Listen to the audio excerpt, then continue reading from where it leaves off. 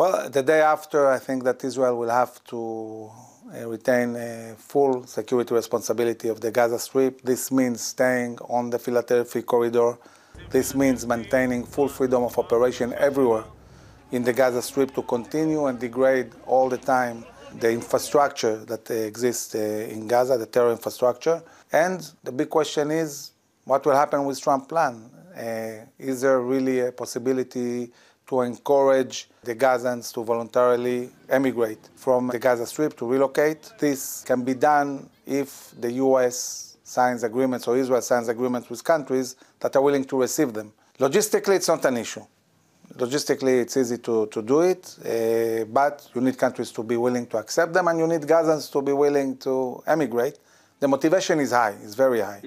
I think that rightly so, the government is saying, no matter how many Gazans will stay in Gaza, the day after, there will be no Hamas, no Palestinian Islamic Jihad, and also not the Palestinian Authority. So Gaza will have to be cantonized, and the management will have to be of local clans, in the different cities. This is the kind of self-governance, I think, that is relevant for the reality of the Gaza Strip and possibly also for the reality of the Arab towns in Judah and Samaria. Talking about Iran, right now the U.S. and Iran are negotiating, and yet there seems to be a debate what's going to happen with Iran's nuclear facilities. What do you say?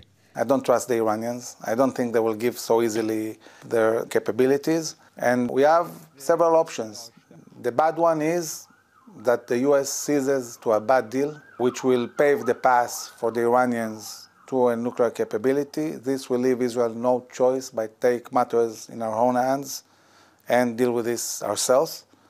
I hope we don't reach this point, and that we have to do something that is against American policy, but we might.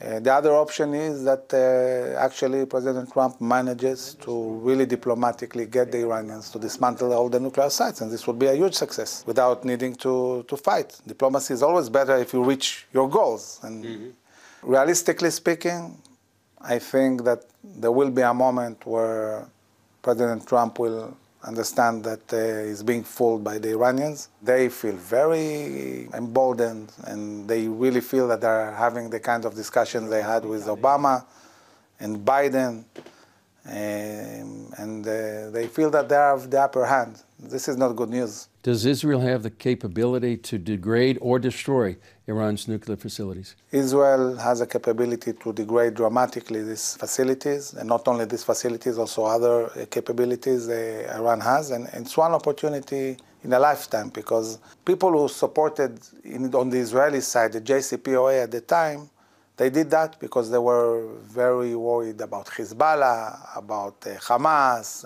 about the Houthis, Syria, multi-front war. But, we're past all of that.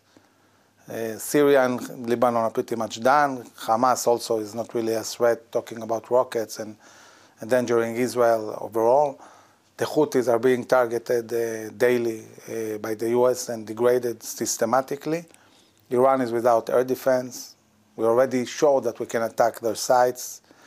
And so we have one chance, and we have to seize it. We have to seize it, and I really, really hope that President Trump does the right thing and doesn't see to a bad deal that will also affect the way he will be seen, in history. He has one chance to do the right thing, to be a Churchill, not a Chamberlain.